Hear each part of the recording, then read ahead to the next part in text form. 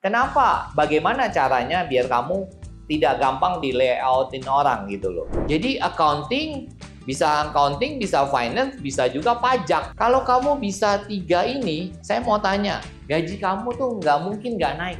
Make mistake-nya sedikit, bahkan mungkin bisa ngajarin orang lain gitu loh. Jadi dapat 1 orang, dia bisa ngajarin 1-2 orang lagi. Saran saya, kalau baru lulus, cari perusahaan yang bonafit, yang dulu saya pernah ceritain sharing, yang bonafit dalam sistem kerja, dalam karir.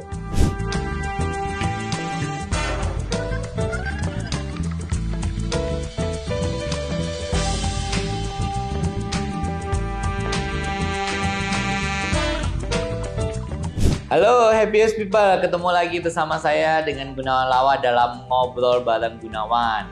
Nah, hari ini kita mau bahas nih yang kemarin tuh cukup heboh lah. Heboh cuitan Twitter sarjana UI kalah saingan dengan anak STM. Kenapa itu bisa terjadi? Nah, Happiest People, kita coba lihat ya, Twitternya gimana sih isinya. Gini, benar-benar stres dan nggak bisa diterima akal. Ceritanya saya melamar kerja di PT PAL, saya lulusan UI Teknik Mesin 2022. Saya beserta teman-teman ada 15 orang. Tapi dikalahin sama bapak-bapak usia 30-an. Bapaknya juga hanya lulusan STM plus bersertifikat welding dan pengalaman kerja di Italia, Eropa. Tepatnya di Fincantieri katanya. Dan bikin nyesek tanpa training dan langsung nego gaji aja. Nggak masuk akal banget lulusan UI kalah sama lulusan STM. Walau oke sih, bapaknya itu punya pengalaman di Eropa. Apakah perusahaan sekarang tidak percaya pada sarjana di negeri sendiri? Malah bapak-bapak ijazah cuman STM diterima. Wow. Woo. Nah, mungkin Happiest People ya. Ya ini mungkin ini curhatan lah ya. Mungkin dia juga merasa stres karena nggak diterima.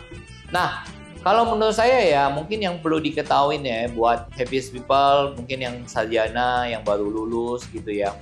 Saya kasih tahu ya, meskipun mungkin kamu lulusan dari universitas yang bagus gitu ya, mau UI, UGM, tapi namanya pengalaman dan gaji itu tuh mempengaruhi sekali loh. Contoh saya lah ya, saya seorang pengusaha. Kalau saya memilih, tentu apalagi zaman sekarang lagi banyak orang yang diberhentikan ya. Saya tentu carinya juga yang nggak bisa terlalu mahal-mahal gitu loh. Saya tentu lebih prefer orang yang lebih pengalaman. Kalau pengalaman kan mereka nggak usah terlalu diajarin gitu loh. Sudah bisa, bahkan make mistake-nya sedikit. Bahkan mungkin bisa ngajarin orang lain gitu loh. Jadi dapat 1 orang, dia bisa ngajarin 1-2 orang lagi. Mungkin bahkan bisa punya bawahan dengan gaji yang nggak terlalu tinggi gitu loh. Apalagi ya, saya lihat juga fenomena yang sekarang ya, banyak perusahaan-perusahaan layoutin yang orang-orang yang udah kerjanya lama. Misalnya kerjanya udah 15 tahun, 20 tahun. Kan sudah gajinya udah gede kan. Mereka sekarang dikasih pensiun dini umur 45. Saya punya teman sendiri, teman fitness saya gitu. Umur 45, kasih pensiun dini. Memang dapat duit dia. Tapi dia mau cari kerja lagi di mana? Nggak ada. Akhirnya dapat duit, ya untung teman saya ini pinter, dia buat kos. Dia beli rumah, kos. Ada sekitar, kalau nggak salah tuh sekitar dapat 40 kamar dia, kalau nggak salah ya. Sekitar 40 kamar. Tapi dia kerjanya apa? Dia nggak kerja lagi sudah. Karena ya mau cari kerja di mana lagi umur 45. Mungkin waktu kemarin dia ngelihat, oh ya udah pensiun dini, saya dapat uang, pesangon gede, bisa beli gini, bisa beli gini. Tapi udah tuh nggak kerja lagi karena udah nggak ada lagi orang mau terima, karena kan dia udah posisi sudah lumayan umur, tapi juga udah nggak bisa bohong kan, umur udah 45, orang mana mau terima. Jadi digantikan sama siapa? Ya digantikan orang-orang yang masih muda, yang pengalamannya baru 3-4 tahun. Kan sekarang kerja, apalagi perusahaan besar ya, mereka itu udah punya sistem. Kayak sekarang nih saya juga pakai Accurate. Semua tersistem. Yang penting ada orang yang pengalaman, bukan pengalaman ya, yang mengerti aja cara kerjanya accounting. Dan saya paling butuhnya pengalaman setahun 2 tahun aja.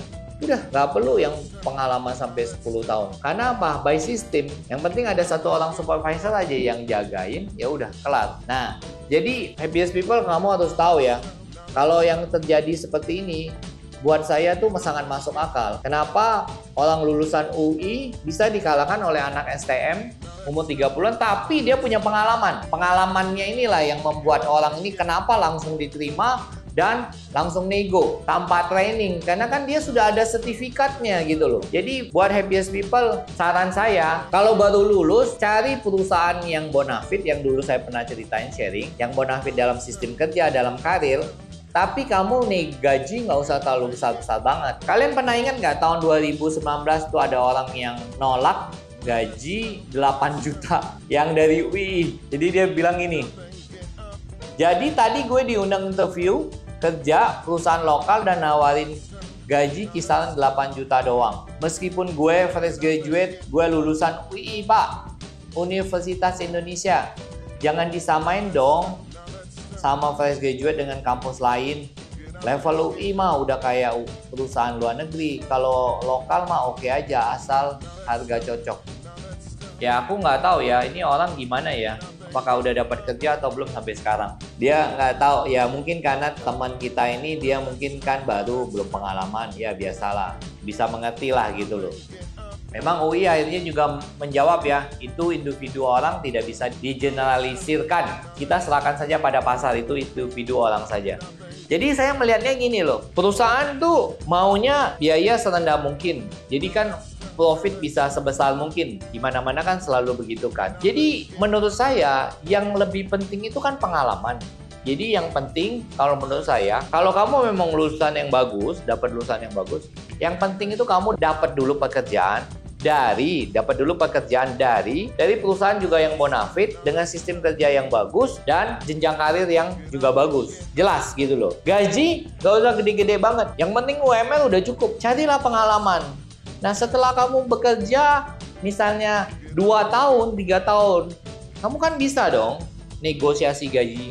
Pastilah. Kalau kamu kerja bagus, perform bagus, 3 tahun, 4 tahun, kamu udah jadi bisa manajer kali. Mungkin 4 tahun lah, 5 tahun gitu lah.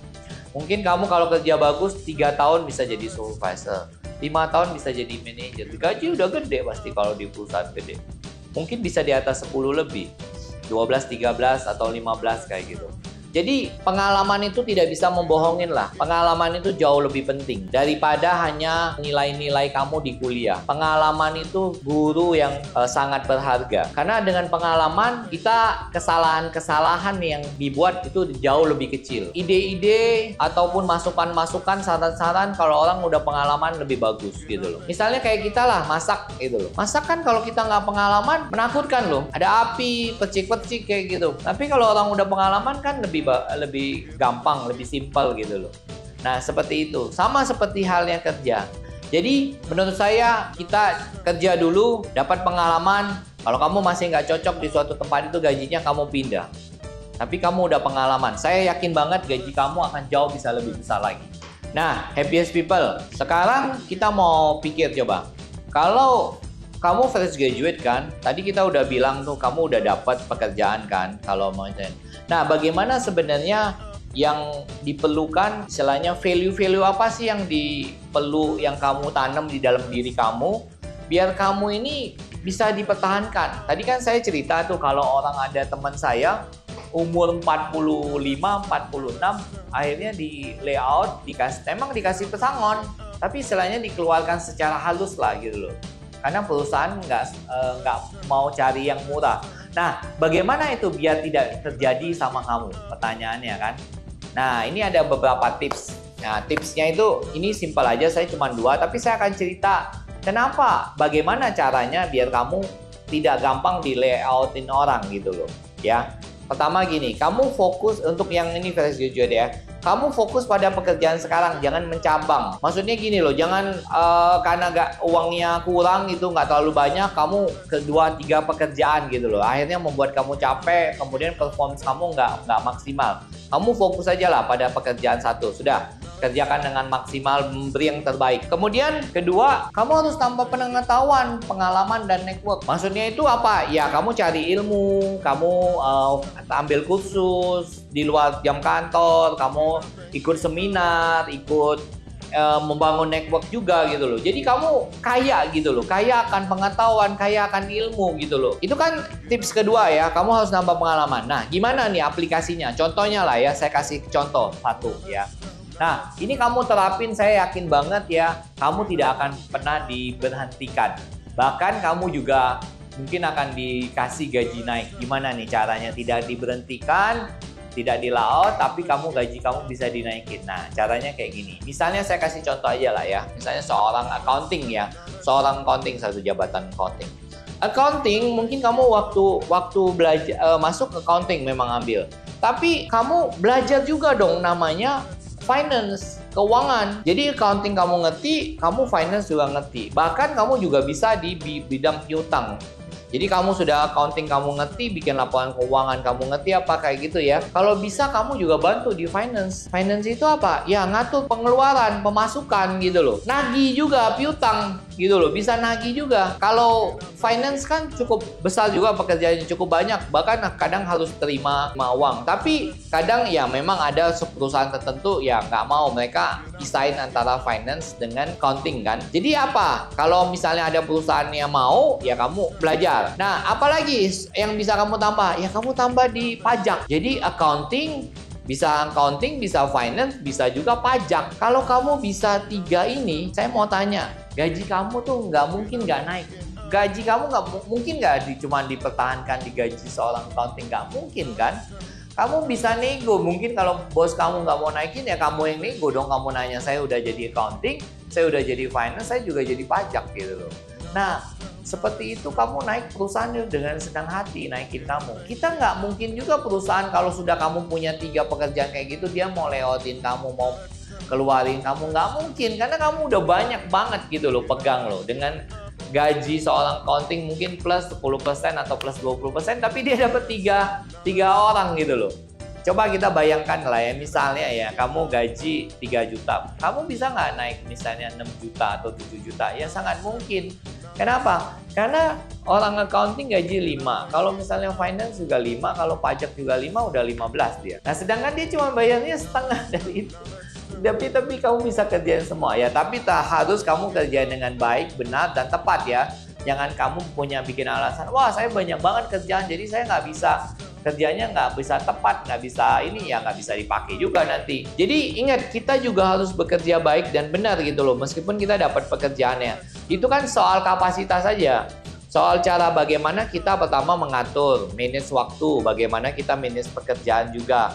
Nah, tambah kamu bisa juga dapat ilmu baru kan, misalnya hal pajak. Tapi kan pekerjaan itu semua bisa dipelajarin gitu loh. Bisa lewat apa? Bisa lewat dari YouTube. Paling gampang tuh lah belajar semua lewat YouTube. Asal kamu memang punya keinginan aja sih sebenarnya.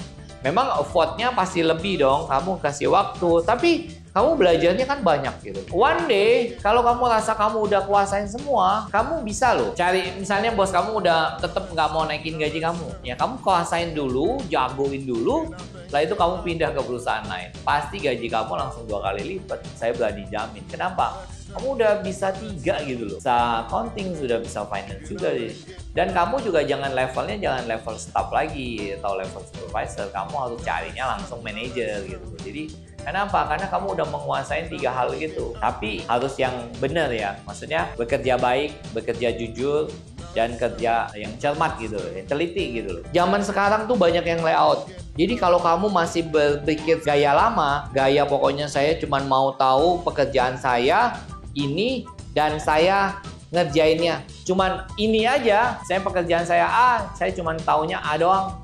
Ya, kamu gampang di replace, gampang diganti.